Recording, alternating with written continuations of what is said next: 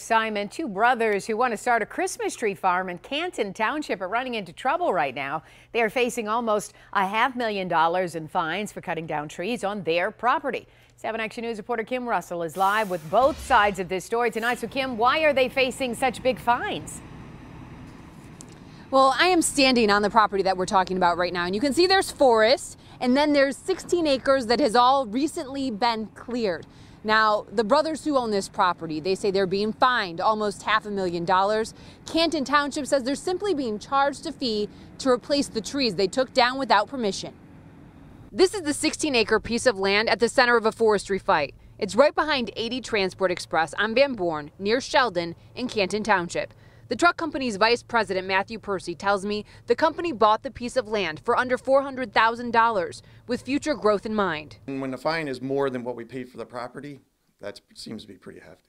Now Canton Township is telling the company to pay up $450,000 for clearing approximately 1,500 trees on the land without permission, transforming the land from this to this. These particular owners were told several times in writing when they were purchasing the property and completing a property split last year that a tree removal permit would be needed, and we wouldn't consider a tree removal permit until they had actually a site plan approved for development. Canton Township Community Planner Jeff Goulet says it should not come as a surprise. The ordinances are clear. The township says they also violated wetland regulations and damaged a drain. The Percy brothers say they read township documents, and the tree removal permit application states that tree farm operations are exempt from needing a tree removal permit. As you can see, they have now planted about 1,000 Norway spruces and are creating a tree farm. If they're going to do an agricultural use, it has to be zoned for agricultural purposes. And it's not. And it's not zoned for it's an industrial piece of property. Some people might say, oh, are you guys just, finding that loophole with the tree farming to try to get around having to go through the permit process for taking down the trees? What would you say?